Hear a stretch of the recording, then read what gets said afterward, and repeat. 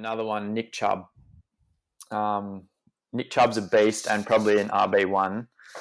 But I think people think he's going to be better than he is for fantasy because he's pretty much splitting carries with Kareem Hunt, and he's going to be lucky to get one reception each week. So you're pretty much relying on him to pump out 120 yards and a touchdown just to get you a good score. So I reckon there'd be people out there that would, you could trade him for like Miles Sanders, Josh Jacobs, someone like that, and that would be an upgrade, I reckon. Yeah. Oh my God. That is so rough. Because I was about to say I don't rate Robbie Anderson at all, but then the Rams quarterbacks, they're something else. It's a miracle. Oh, yeah. What about that one? Unbelievable. Balotelli. Aguero. Crowd cheers. Here's Siddle. Oh, the ball is close. He's given him. He's given him. Peter Siddle's got a hat-trick on his birthday.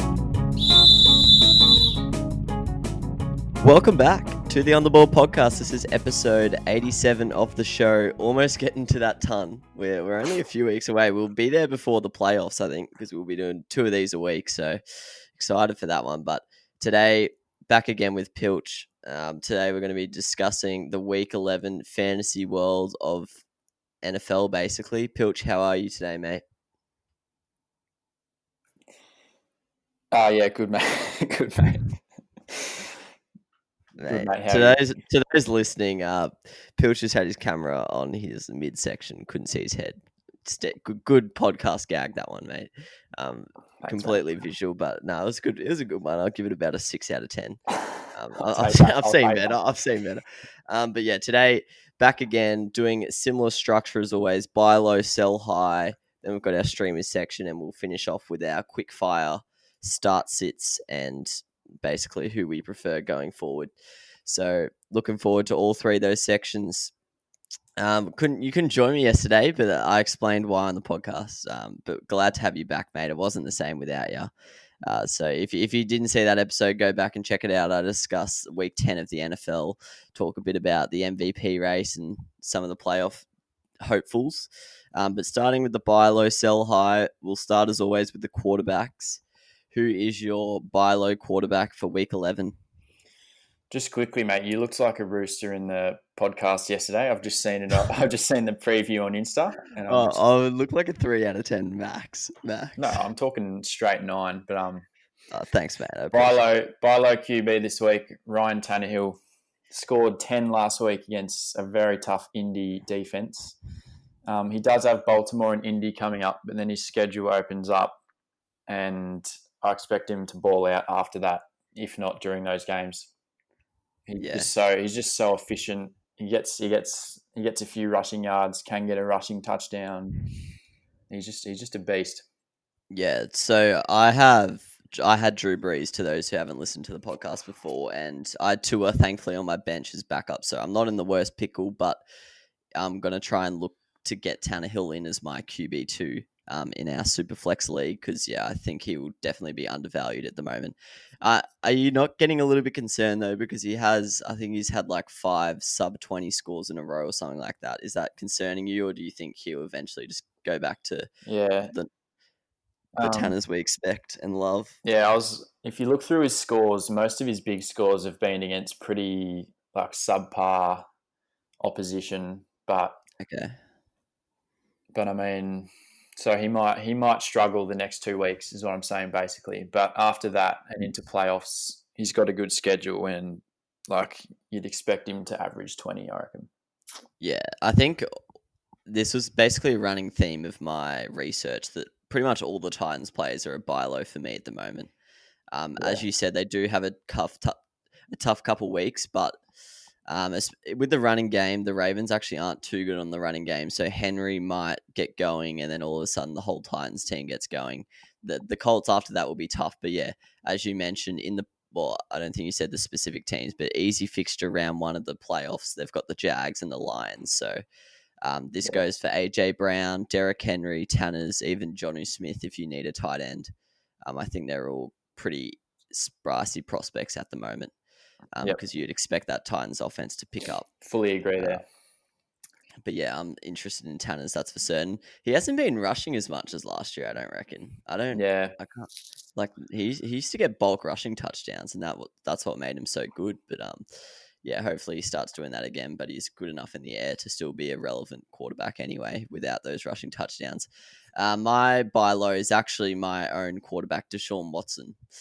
He had a 14.12 against the Browns, but it's a bit misleading, that score. The weather was absolutely crazy. I'm sure all fantasy nerds by now have heard that, given some of the passing, like some of the wide receiver and quarterback scores over the week.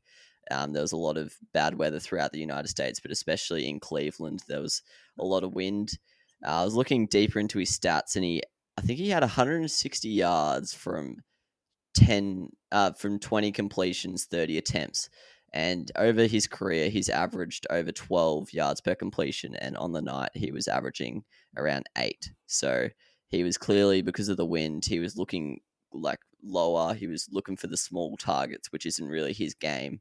So expect him to be back in the following weeks, back to his best of just firing big shots. The next 2 weeks, he's got the Patriots and Lions. I will admit he has a really rough, especially the first week of playoffs. He's got a tough run there. I think they play the Colts. So potentially you wait for a big score in the Patriots and Lions, and then he could be mentioned in our sell high section. But for me, he's definitely a buy low this week, because I think that 14.12 is definitely going to see him undervalued. Before we get on to your sell high quarterback, I would also just mention Russell Wilson. First sub 20 score all year, but it was against the Rams, who are currently at the moment probably the best passing defense in the league. And his fixture doesn't really open up. They've got some tough games. I think they play the Giants, the Eagles, and the Cardinals in the next 3, who are all pretty decent defenses in their own right. But he's still going to be a reliable quarterback one week in, week out. But I don't think we can expect the 30 plus scores that he was pumping out the first month. But expect him to go back to his like 25s and stuff like that. So he's someone else. Still but who's top yours? 3 quarterback. Yeah, 100%. Who's your sell high? Sell high. I actually kind of struggled with this section. There wasn't really many names that popped up, but I went with Teddy Bridgewater. He's just scored 18, I believe, which is decent, but he's dealing with a bit of an injury at the moment. He's questionable. I'm not sure I think he's expected to play, but I don't know. I think you could probably, because his average is still pretty high. So I think you could flip him for someone a bit better, like maybe a Joe Burrow or Stafford or someone like that. Then I would do that. But I wouldn't really be in a rush to sell him. As I said, there wasn't really anyone that stood out to me. Yeah, no, it's a fair pick. You never really want someone with an injury cloud, because they're usually going to play through it, but just because they're playing doesn't mean they're healthy. Yeah, and I think his average is kind of higher than what you could probably expect from him, because his average is like almost 19. Yeah, I think his first month his first 6 weeks is carrying him. I think the last month has been a little bit less impressive. My sell high, these two, I'll be honest, if you have them, they're kind of set and forget, so you're probably not going to sell them. But if you are a player, if you are a fantasy player who's always looking for a Macca's little win, maybe you go sideways to a quarterback, or and you try and upgrade somewhere else or something like that. But for me, my sell high is Aaron Rodgers. He's had 3 25-plus scores in his last 4, but they have been, in his last 4, he's played the Texans, the Vikings, the Niners, and the Jags, who are, barring the Vikings, all bottom 10 pass defenses so far this season. And now he has the Colts, the Bears, and the Eagles, who are 3 top 10 defenses. So look, he's probably still going to be good. He's probably going to still put out QB1 production, but potentially might be a little bit overvalued at the moment. So you could look to downgrade him a little and try and get an upgrade in another position in that trade. But yeah, look, I agree with you. There's not too many sell highs. Josh Allen's someone else as well. But he's on his buy, so his value is probably not that high anyway. But he's coming off a 36 and a 27. And for me, the thing that scares me about the Bills is in the first week of playoffs, they've got the Steelers and the Broncos. So probably wouldn't really want him going into the playoffs as your QB1, but they do have the Chargers and Niners before then, so you could wait for another big score potentially and see his value increase even more. So yeah, not too many sell highs, but Yep. so some things to think about there. Before we get into our running backs, if you're new to the channel, feel free to subscribe because we do this every week and it's always good fun. And get around the episode if you're enjoying it or the clip, however you're watching or listening. Running back buy low though, I think I might have teased mine a little bit before, but who have you got here? Well, I've actually gone with a bloke who just scored 26 points, but I still think you can buy him low because he looks set to break out as a potential RB1 going forward, and that's DeAndre Swift. Started his first game of the season last week against Washington, who do have a good defensive line and are good against the run, and he absolutely tore them up. I think it was 16 carries for 80 yards, 6 receptions and a touchdown or something like that. 26 PPR fantasy points. And now that he's the starter, he's going to have good enough of a workload that he's just going to ball out every week. I think he's going to be similar to Miles Sanders in the last portion of last season, and he averaged like close to 20. So if you can, I'd say he's probably a back-end RB1 going forward. And I still think you can get him for cheaper than that, just because not everyone realizes it yet. Yeah, and he had like a 1 3 weeks ago or something. So if you're just looking at the recent scores, you might think last week was just a fluke, but it was definitely not. Yeah, big fan of the Swifter. My buy low is Derrick Henry. I think he scored 6 the week before last, and then scored 11 against the Colts. He had over 100, and the week before was against the Bears. So 2 of the better run defenses going around. He had over 100 yards on the ground against the Colts at over 5 yards per carry. So he's certainly not out of form or bad. He just hasn't been getting the scoring that he usually does. But yeah, to score over 10 points without a touchdown against the Colts, like that's pretty elite, but it's decreased his average overall. And like I mentioned before, in the playoffs, they've got the Jags and the Lions. So Jags and the Lions for Derrick Henry over 2 weeks, you're genuinely probably looking at 50 there, maybe 40 as a minimum. But yeah, big weeks to be had there for Henry. So I'd be trying to jump on him. Sadly for us, he's stuck in a team with someone who doesn't play. But Derrick Henry's definitely a buy low. You had a crack at him the other day, didn't you? You had a crack to try and get Derrick Henry. I messaged him in the group chat, Keenan Allen for Derrick Henry. Obviously, he's not going to. It was a bit of a joke. No one would accept that. But also he's not going to look at it. But true, he did laugh react the message though. Okay. But, good to see. Good to see. Who's your sell high for the running backs? Yeah, sell high. I've got 2 here. Todd Gurley. I think he's been in this section for me before, but his average is still fairly high where you can get an upgrade out of him. And then another one, Nick Chubb. Nick Chubb's a beast and probably an RB1. But I think people think he's going to be better than he is for fantasy because he's pretty much splitting carries with Kareem Hunt, and he's going to be lucky to get 1 reception each week. So you're pretty much relying on him to pump out 120 yards and a touchdown just to get you a good score. So I reckon there'd be people out there that would, you could trade him for like Miles Sanders, Josh Jacobs, someone like that, and that would be an upgrade, I reckon. Yeah, I was looking at his score. It's actually not that good considering there was like a long range effort and it was a game that suited the running back. So yeah, I wasn't really that impressed with it.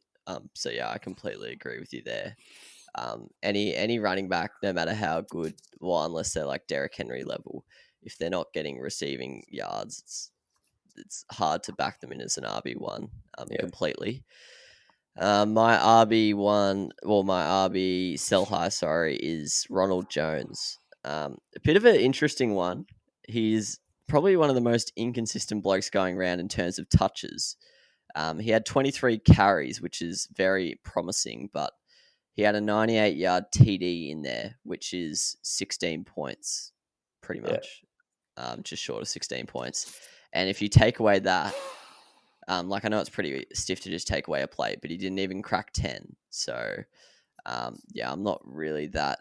And I think it was against the Panthers. So, one of the worst rush defenses in the comp. So, I'm not that pleased with Rojo, even though 23 carries is exciting because he's been lacking in the last few weeks. But yeah, I'd probably steer clear of both Tampa running backs at this point. It's just so inconsistent who gets the touches. But yeah, for me, Rojo will definitely be overvalued this week. His average is still pretty high from that big stretch he had back earlier in the season. So I'd try and offload him at the moment. And I would, oh no, they've already played the Saints twice, but I don't know what their fixtures coming up is like. But yeah, I'd be offloading Rojo. Do you cop that? Yeah, or not really? good call. Good call. Thanks, mate. Always a pleasure to have your approval. All right, on to the wideouts, the skilled men. Who's your wide receiver buy low? I always reckon there's a lot in the wide receivers. It was tough to pick. The wide receiver is always deep, but I think you might have this bloke as well. But AJ Brown, 100%. In my opinion, 100% the biggest buy low this week. Exact same as what you said with Tanners and Derrick Henry. They played Indy. He dropped a 60-yard touchdown, which hurt because I have him, but he only scored 3 points, which means the owners would probably get a little bit scared, but he's just an absolute beast. And as soon as he gets past this Baltimore Indy, he probably averaged 30 afterwards, just reel off 80-yard plays. So yeah, I'd be throwing the kitchen sink at him, but you can definitely get him for cheap. Yeah, he's not even. He legit does well against good teams as well. Yeah. Like, I was looking at his recent stats, and yeah, he had decent numbers against like Pittsburgh and stuff. So all it takes him is just one play, and he's won you the week.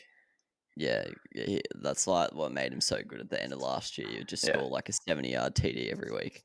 But yeah, 100%. I was going to put him in, but I had too many Titans players, so I thought I'd change it up. But I'm glad that you mentioned him. My guy is my man, DK Metcalf. I don't actually think you could buy him that low, to be honest. I think everyone froths DK that much at the moment. But coming off a 4.8, got gloved by Jalen Ramsey, who's probably the perfect guy to glove Metcalf. I don't think anyone else in the competition could do a better job. So you can just look at that as a one-off. Yes, I guess you can consider the fact that they play them in the fantasy finals, but that's a long way away. And before then, they'd play a couple tough defenses, but it's Seattle. You expect them to be putting up points every week, around 30. So he's likely to be receiving 1 or 2 TDs a week. He's had great volume in the last 6 weeks, barring that one. So, I'll try and get DK at it. But as I said, I don't think his stock is that low. Yeah. And then my other guy, this is debatable because he had his least targets since his first game of the season. And that might be due to players coming back. But I'm going to put it down to James Bradbury being one of the best lockdown corners in the league. But Travis Fulgham, he had 1 catch for 8 yards, only scored 1.8. But yeah, as I mentioned, James Bradbury, absolute beast.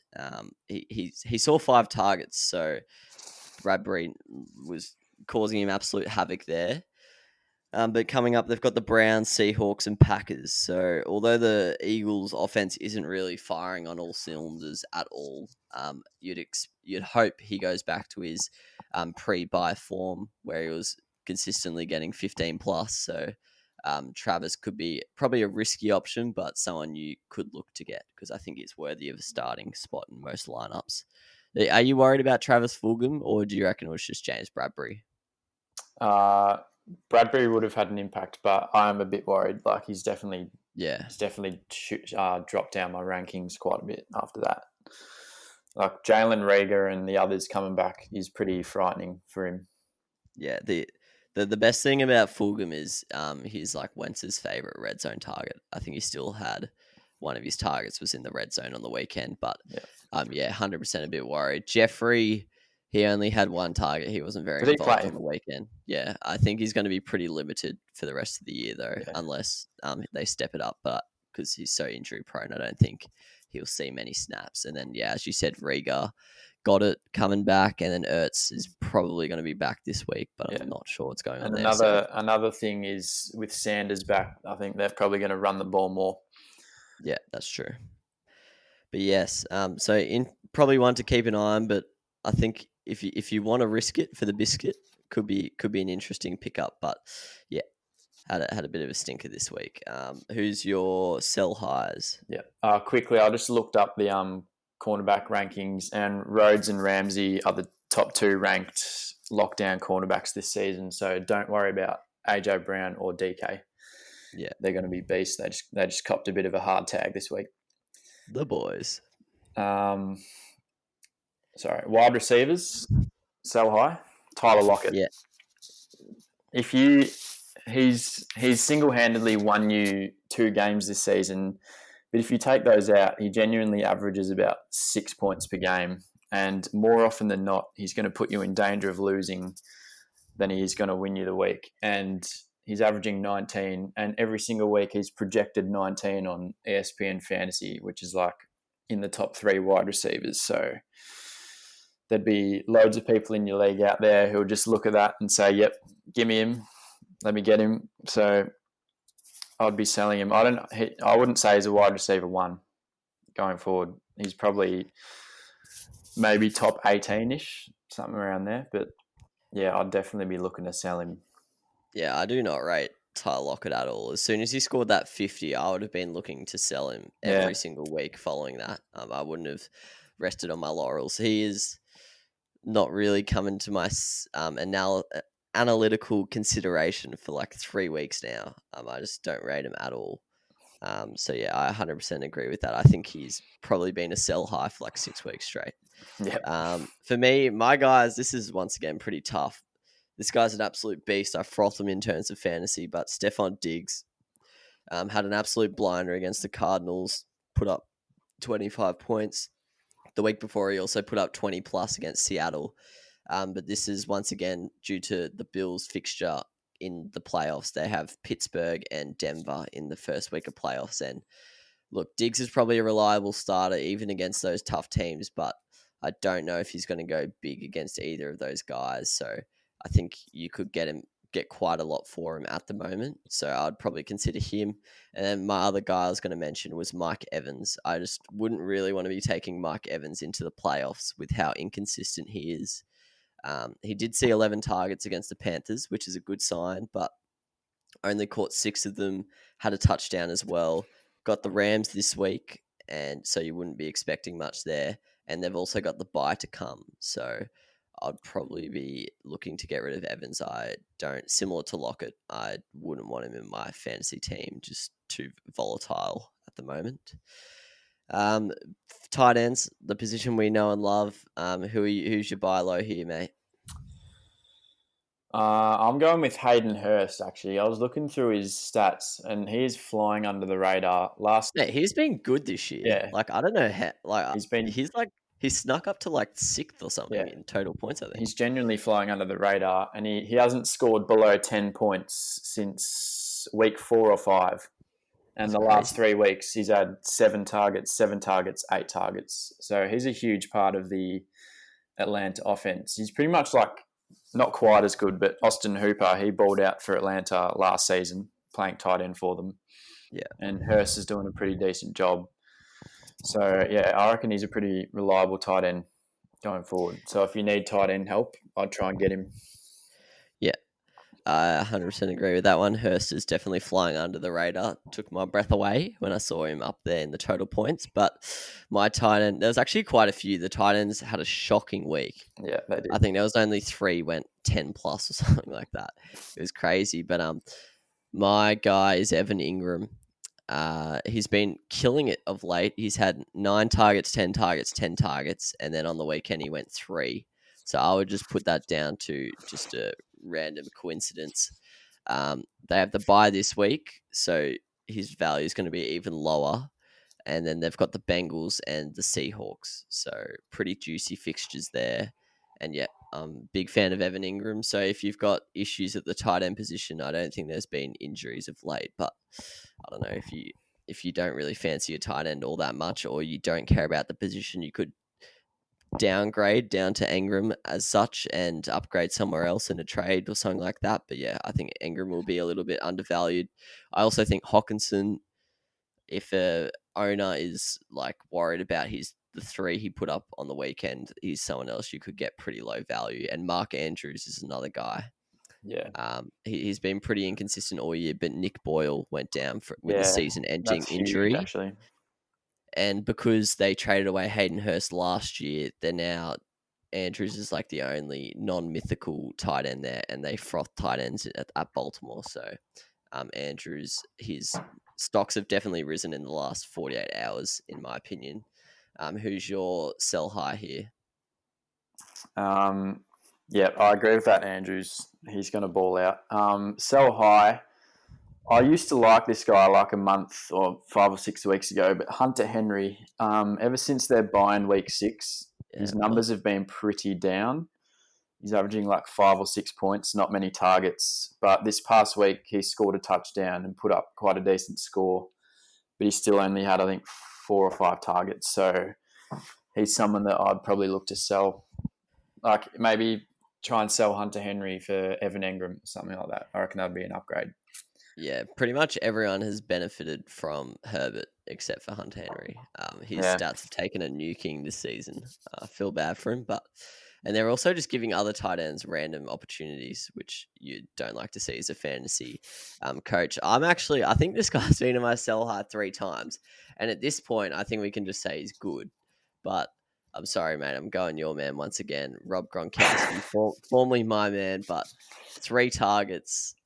He had 4 3 weeks ago as well. I just don't like his lack of volume. He's basically a reliable TD scorer at this point, though. Yeah. So I guess you could say that, but I just don't really rate that in my fantasy players. So I would trade him because his average is very high. He's got the name value as well as the Gronk. And they've also got the Rams this week and then the bye in 2 weeks. So, and the Chiefs in between that. So pretty tough run of fixtures. And I wouldn't, unless you're locked in playoffs, I probably wouldn't want someone with a bye the week before playoffs because that could be a crucial fixture for a lot of people around a lot of leagues. Yep. So yeah, that's my sell high. Sorry, brother. I know. Here's your man. That's it for that section. Enjoyed it as always. Any final words, or shall we get into our streaming candidates? I just want to say I do not feel safe at all owning the Gronk. Like these past 2 weeks, I've just been petrified of him scoring 0. But I mean, he continues to have a big play here and there. So, and they've got good playoff fixtures as well. Yeah. So if you're locked in playoffs, he could almost be a buy low, I guess, with those 3 targets. But yeah. Streaming candidates, so people under 60% ownership on ESPN Fantasy who we think could go well this week as a one-off option. QB streamers, always a strange position to stream, but who are you looking at here? And should I stream this week, or is Tua good enough to start? Who knows? But who are you going with here? I reckon Tua's good enough to start, mate. But I'm going with Jameis Winston, just because they're playing the single worst passing defense in the NFL in the Atlanta Falcons. Could not be a better fixture for him to come in. We're pretty certain he's going to be named starter. I don't think he's officially announced it yet, but I'd be very surprised if Taysom Hill comes out and starts. So, having said that, I think Jameis is a good streamer this week against Atlanta because, there's no way the Saints aren't going to put up points. So, just because of that, Jameis will have to do pretty well in fantasy. I don't know. I'm probably I hate risks in fantasy a lot more than you do, so I'm steering clear. I had the opportunity to pick him up yesterday, but I didn't because I didn't want that on my bench. Just a bit of an unknown quantity, but definitely has a high ceiling. Yeah.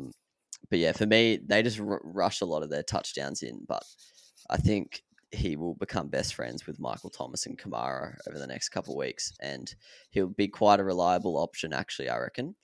But for me, it's Kirk Cousins. Probably a surprising streaming candidate because he's fond of a sub 10 score, but rostered in 15.7% of leagues. That's so low. But they play the Cowboys, so that is what's keeping me in it. The Cowboys actually don't have the worst pass defense statistically.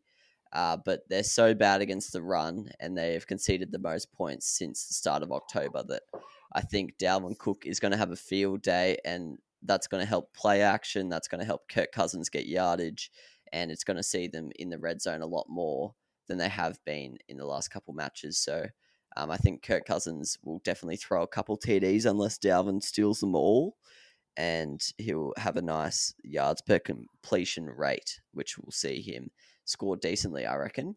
But yeah, always a little bit of risk involved with Kirk Cousins, but for me, he's the option. I've heard a lot of people saying Alex Smith projected. I think he's the highest guy in our waiver wire.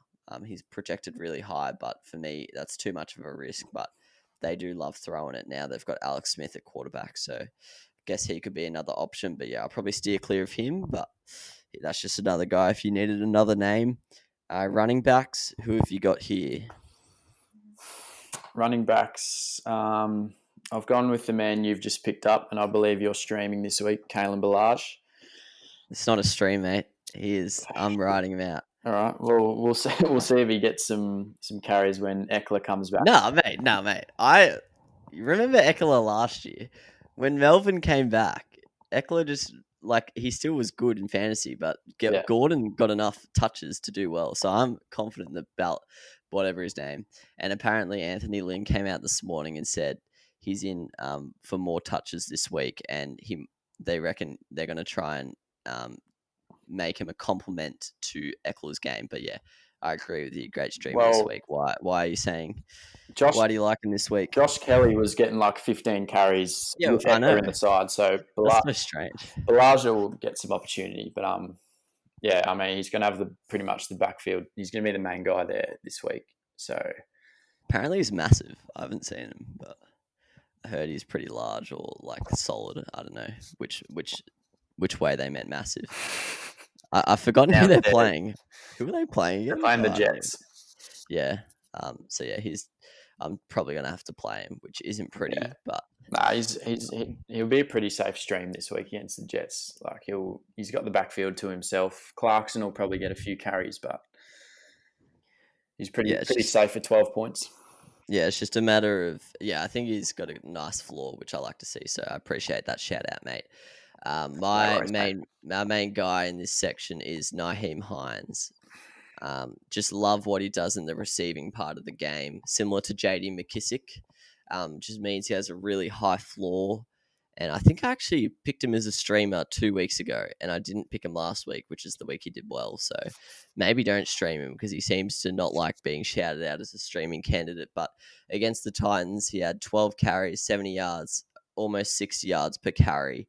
He also had a rushing touchdown.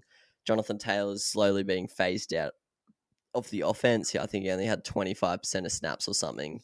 So Hines is slowly becoming the main man there, and they're against a Packers defense that isn't too good in the air or on the ground. The game script probably won't suit, but with the running back who loves to get involved in the passing game, I don't think the game script is that important because he's probably going to get more targets if they go down early. So he's my man. And then another guy, risky option because he's very inconsistent, but Rex Burkhead killed it the other day against the Ravens. I can't remember who they're playing, but I think they've got a fairly easy fixture. Houston. Yeah, he's probably the worst rush defense next to the Cowboys. And if you're backing him, he won't get all the carries because Damian Harris is there, but if you like him for a touchdown, well, then he's probably going to go well. So he's another option. Wide receiver, who have you got, mate? Yeah, the wide receivers with under 60% are normally pretty ugly, but Jacoby Myers.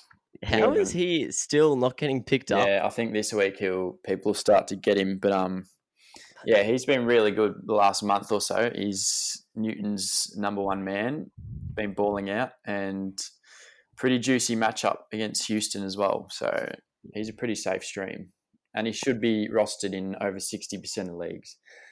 That's pretty disgusting. Yeah, I don't know why he's not, to be honest. He also threw a touchdown on Monday or Sunday, so he's got that up in his locker as well. But here's my stream as well. Easily the best option over 60%. Yeah, under 60%, the next guys were like Randall Cobb and stuff who could put up 0 quite comfortably. So yeah, Jacoby by far and away the best streamer in pretty much all leagues. Yeah, can't really see a world where he goes below 10, to be honest. I probably jinxed him there, but locked in for 7+ targets. If he's catching 4, yeah, he's getting 10. So yeah, I like Myers definitely as a streaming option. Tight end, I've got Logan Thomas. I actually said this bloke last week, and he ended up being one of the few tight ends to go above 10. So I was happy with that call, but I'm going to get on him again this week. He gets bulk targets, and now that Alex Smith is under center, he's actually getting more yards per reception, which was his main issue prior to Alex Smith coming in. He used to average like 5 yards per reception, but on the weekend he was up over 16.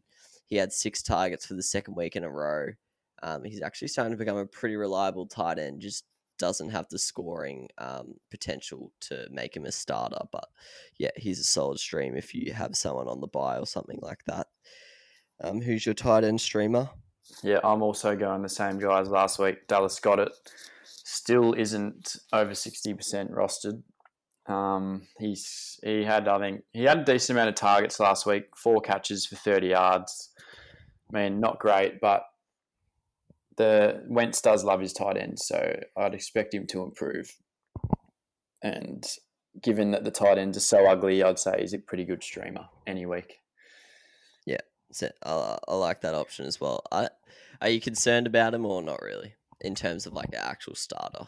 Well, he's probably not a top 5 tight end like I thought he was going to be last week, but like he's still pretty decent. Yeah, like there's not many tight ends that are going to be better than him. Yeah, I agree with you. All right, that moves us into your favorite section. I can see the smile already coming up. Our start sit slash what's the other? Well, just best for the rest of the season. If you have any questions about start sits or who we prefer going forward, feel free to comment it. We've had a few comments over the last week and we've been frothing it, so feel free to do that and also subscribe while you're at it.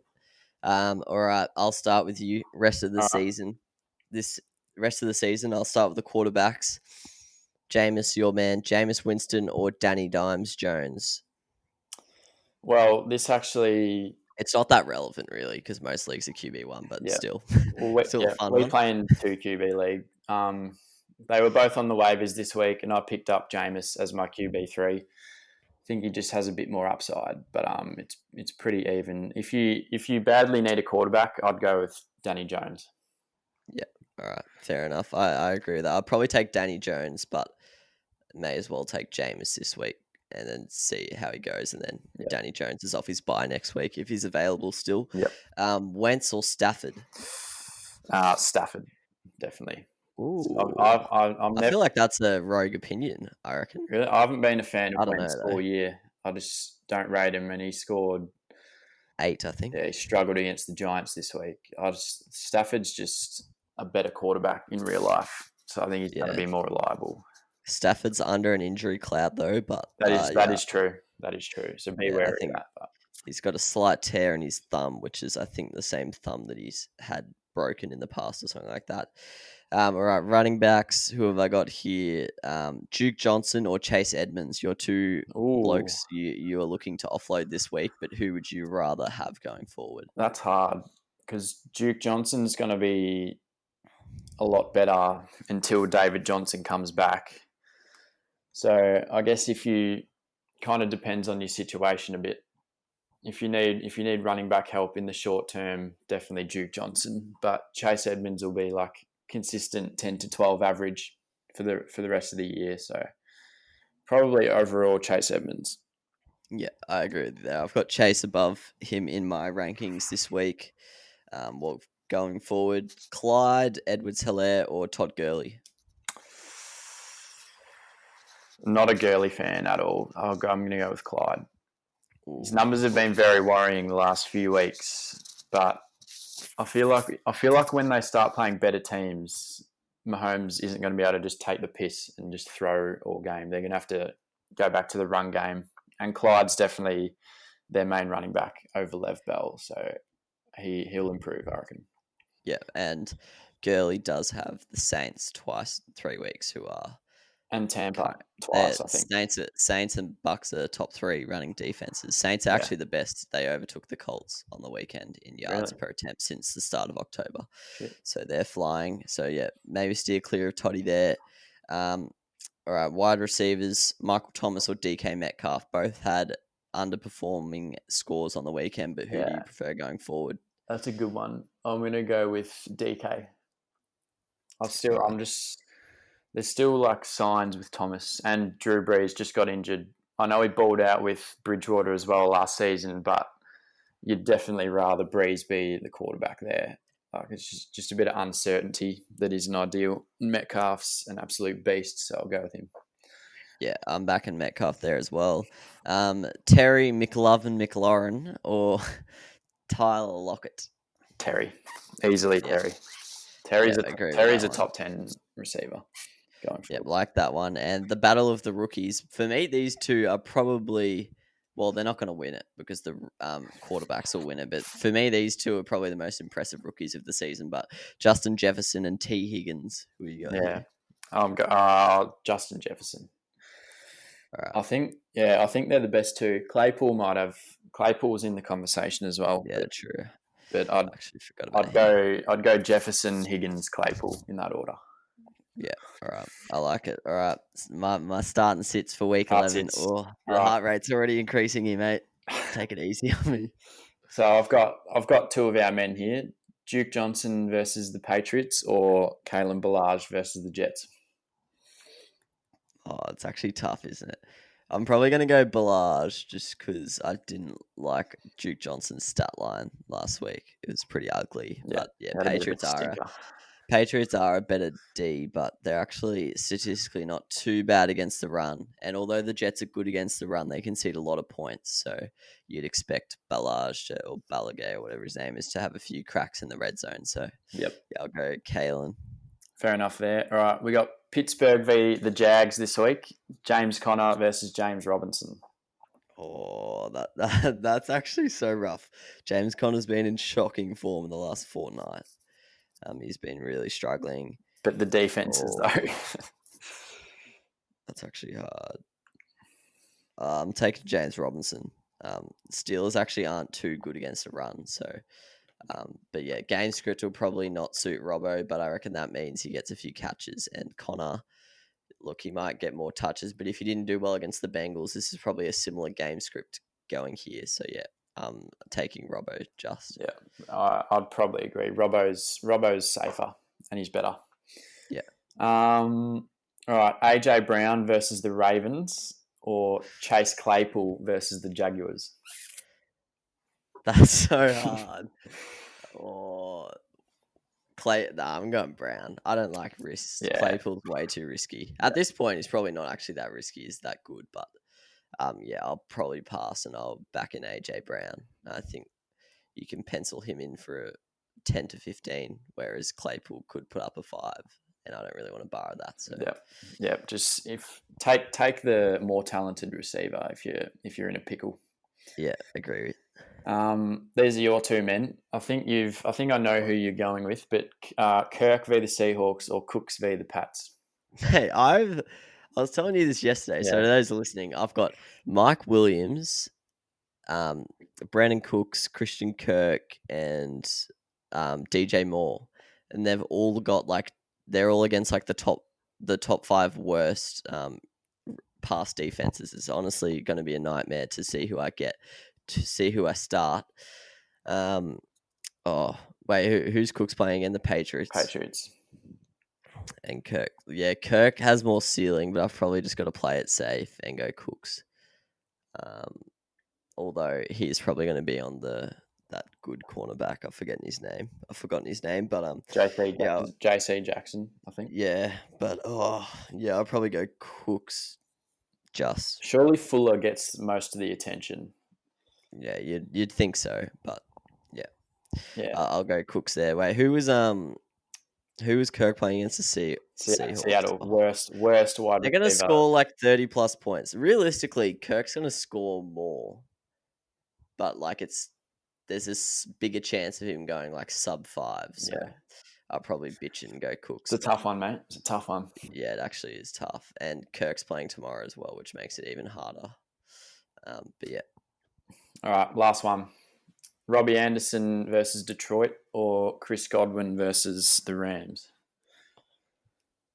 Oh my God. That is so rough. Because I was about to say I don't rate Robbie Anderson at all, but then the Rams cornerbacks, they're something else. 4 out. Yeah, look, I've got to go Robbie Anderson. I just don't like the Rams cornerbacks matchups. After we saw what they did against the Seahawks, I awarded them yesterday Defensive Players of the Week, both of them. Killed Lockett and Metcalf. So yeah, for me, got it back in Robbie Anderson against the Lions, but that's a tough one. That is hard. Yeah, I'd probably agree there. Go Anderson. Yeah, The Rams are a scary defense these days. Yeah. So all we've learned from these start and sits that I'm a bitch and I just take the least risky option. I just take whoever has the higher average. But yeah, nah, I don't like risk. But if your team's not looking good and you need a high scorer, maybe go the opposite to everything I just said there. But yeah, feel free to leave all your comments and stuff. Where I'm assuming that was the end of the start sit section. Yeah, that was the last one. Yeah. All right. So if you've enjoyed it, feel free to like, subscribe, rate, review, all that good stuff, and leave your questions or start sit dilemmas in the comments, and we'll do our best to answer you. Obviously, we're not gospel, so you don't have to take us as fact, but you can take it into consideration, and we enjoy it. So, a bit of engagement, so we love that. But thanks for listening. If you're still here, or if you're watching the clip, thanks for getting around us. Feel free to check out yesterday's episode of the Week 10 NFL review. And yeah, basically same time, same place next week. Thanks for joining me, Pilch. No worries, mate. Pleasure to be back. Catch you next time. Beast.